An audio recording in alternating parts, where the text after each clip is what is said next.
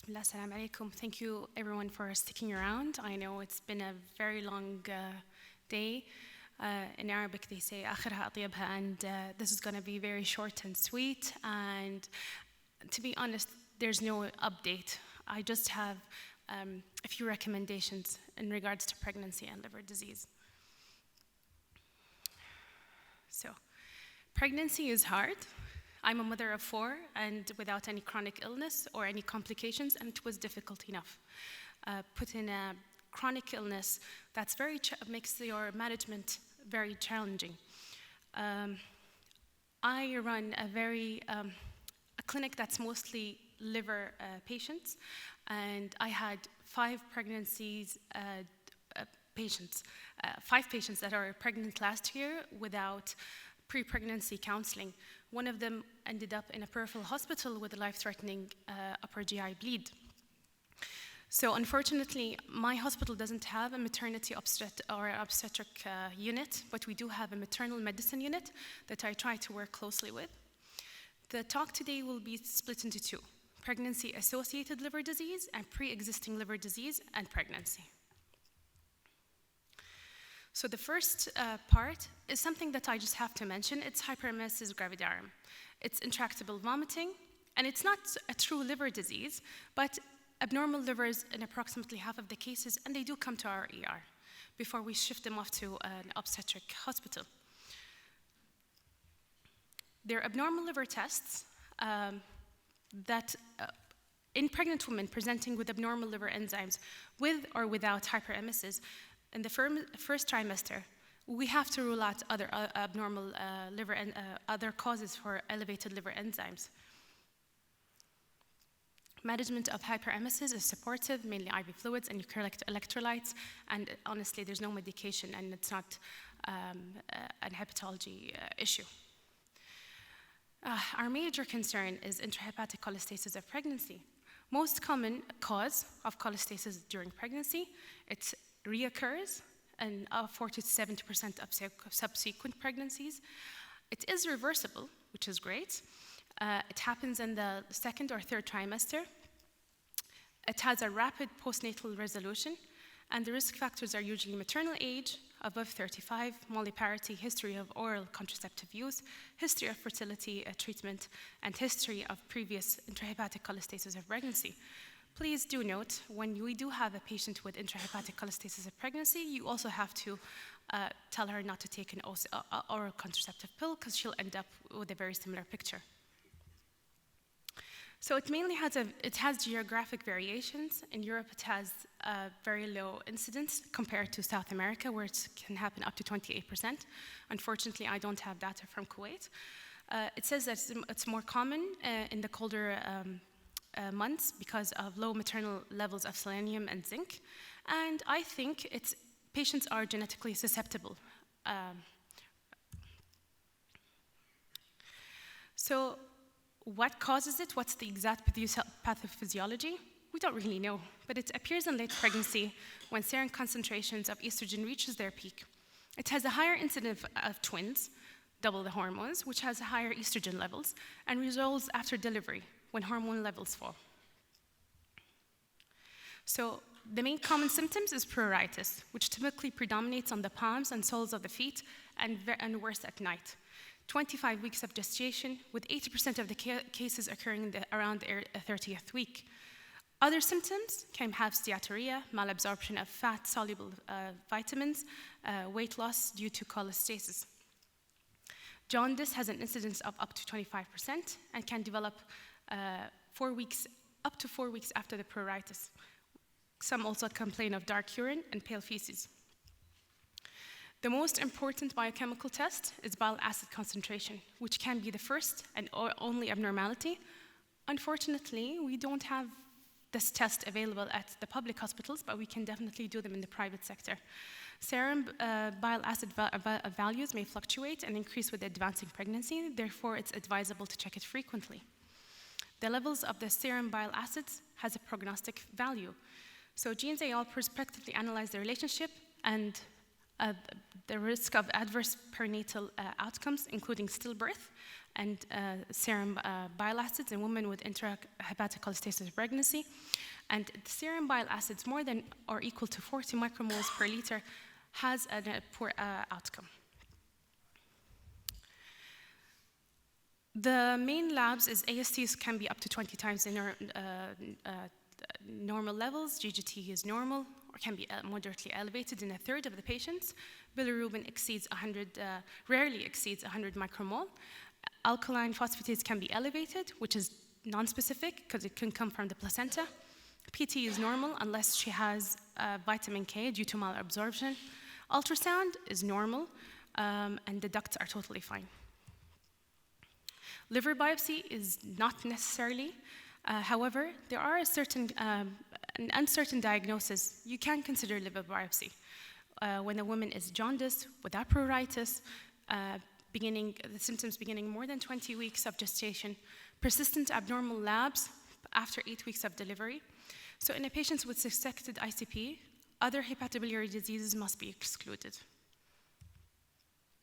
So our treatment goals is reduce the maternal symptoms, improve lab test results, so we can have a better or improved fetal outcome. Urso is the drug of choice, 500 milligrams twice a day, or you can go 15 mg per kg per day.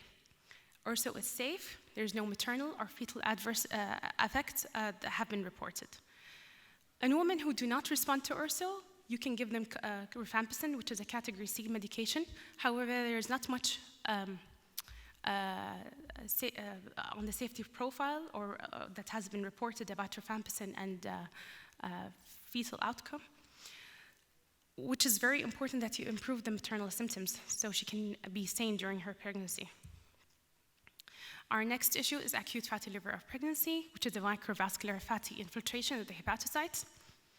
It's a medical and obstetric emergency, fatal for the mom and the child.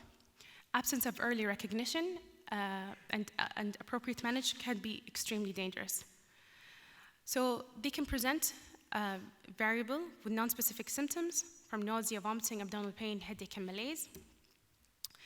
And they can rapidly progress into acute liver failure. So it is a rare condition, thankfully, and occurs in the third trimester. Incidence can go up to 1 in 16,000 pregnancies can occur as early as 22 weeks. 20% of the cases present postnatally. Risk factors include multigravida, preeclampsia, multigestation, male fetus, and possibly more common in women who are underweight. So pathogenesis is not really understood, and I'm not going to go so much in detail, but it has something to do with the deficiency of the enzyme responsible of producing LCHAD, which is a long-chain fatty acid. The mothers who get pregnant with boys who do have the LCHAD deficiency are at higher risk of developing acute fatty liver pregnancy in the subsequent pregnancies. So liver biopsy, it is not needed. However, if it has been performed, microvascular steatosis, imaging, you have to include other complications. Ultrasound, CT is not really beneficial, but you do see signs of fat infiltration. So we do have a Swansea criteria. According to these criteria, presence of 6 or more are features of acute fatty liver of pregnancy. It has a sensitivity of 100% with a negative predictive value of 100%, specificity of 57%, and a positive predictive value of 85%. This is the criteria. I highlighted hypoglycemia per se because it has a very poor prognostic factor, let alone other than which is very similar to acute liver failures. Preeclampsia, and I've put in the full definition. So preeclampsia is a multi-system disorder defined by de novo hypertension, which basically means that the mom did not have hypertension previous to her pregnancy. After the 20th week of pregnancy, with blood pressure of more than 140 over 90, and proteinuria in association with organ dysfunction of the mother, such as renal impairment, liver impairment, neurological, hematological complications, and uteroplacental dysfunction. The main feature distinguishes eclampsia from preeclampsia is the presence of seizures. HELLP syndrome is a variant of severe preeclampsia.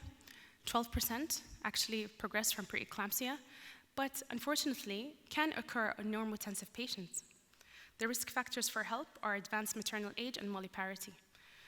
As the acronym can tell you, this is hemolysis, elevated liver enzymes, and low platelets.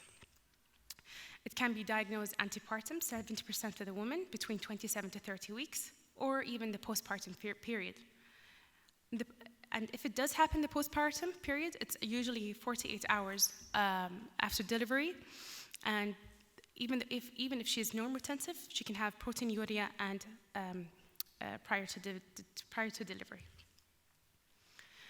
I'm not going to go through the pathogenesis, pathophysiology of HELLP syndrome, but what I want to explain is that they can present with colic-like upper abdominal pain, epigastric right upper quadrant, easily mistaken as gallbladder stones. They're nonspecific, nausea, vomiting, malaise. They have hypertension, proteinuria, and they have hemolysis, unconjugated bilirubin. So there's two classifications for HELLP. One is the Tennessee classification, which is basically dependent on the platelets of less than 100, AST is more than 70, and LDH is more than equal to 600. Mississippi classification is also 1, 2, and 3, very similar to Tennessee, but they're more divided up. HELLP abdominal imaging rule out liver complications such as liver infarct, parenchymal hemorrhage, subscapular hematoma. Liver biopsy is not really important, but however, if it's been done, hemorrhage, sinusoidal fibrin deposition, and hepatocyte necrosis.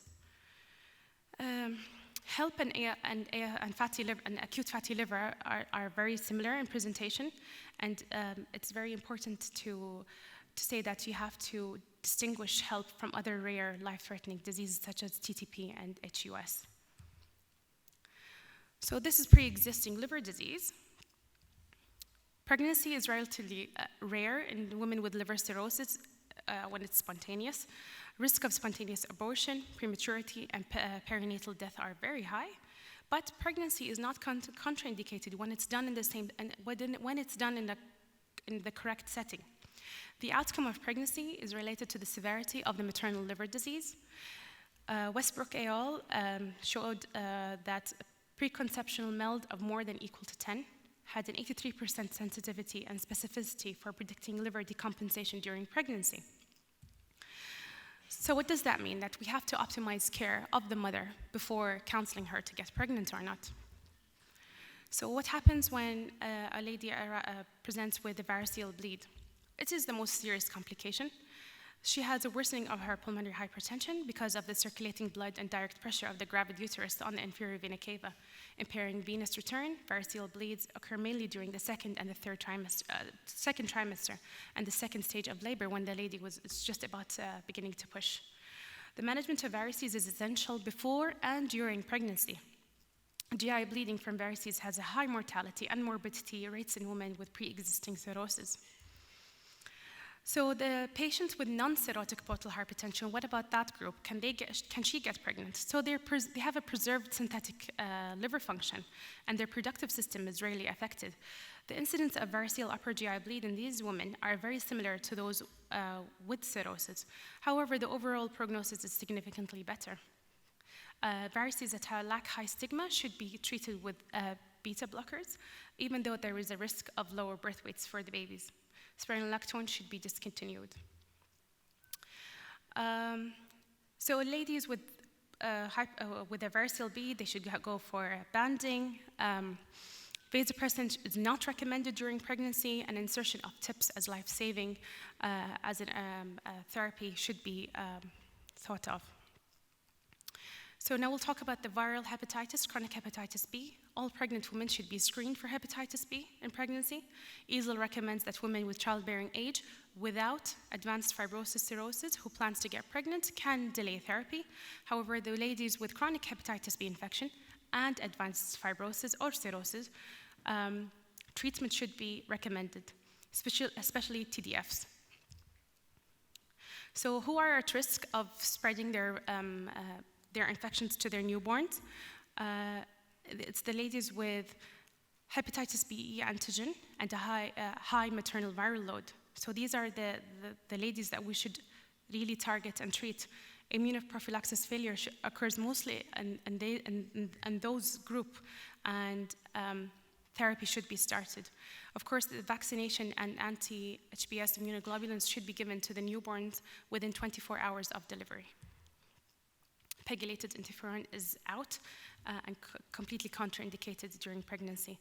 The EASL recommends to treat patients with TDF as it's more preferable, better resistant profile. We have the safety profile, and TAF is also coming out. So TAF therapy is also recommended to use for patients with high viremia, and they have a very similar safety profile as TDF, and with no adverse or safety concerns for the babies. We don't have local guidelines, so I'm gonna cheat from the Saudi guidelines, which we go with as well. They're very similar to the EASL guidelines, to be very honest. All pregnant women should be screened, and women with high viremia should be treated with TDF or TAF between week 24 to 28 weeks. Breastfeeding is not contraindicated in the HBe surface antigen positive untreated women. So hepatitis C, it's disappearing. Even if we do have a lady with hepatitis C, it does not worsen her maternal liver disease, and there's no adverse complications on the mom or the baby. Meta-analysis showed that there's risk of preterm birth, and vertical transmission is very low. So autoimmune liver disease, it's highly variable, depends on the timing of the pregnancy and preconception preparation of the mother. Pregnancy occurring in an acute episode of autoimmune hepatitis, they may have a fulminant course and a small chance of baby survival. Pregnancy and the mother is in remission from autoimmune hepatitis, and she has no cirrhosis. Pregnancy is more favorable. If a woman has a poor disease control in the year before pregnancy and lack of drug therapy, the risk of poor outcome is high. The most common complication for autoimmune hepatitis during pregnancy is the flare of autoimmune disease, which happens most frequently after delivery, which is in the 6 weeks period. So the live birth rate was 73% for ladies with autoimmune liver disease, and disease activity, again, was demonstrated up to 33% of the pregnancies.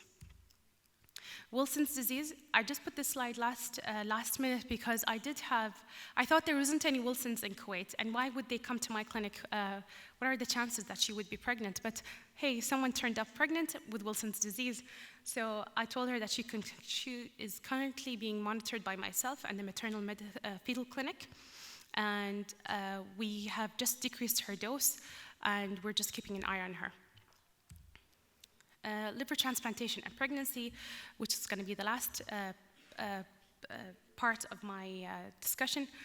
So following liver transplant, fertility is restored, and women with liver transplant, especially after a year.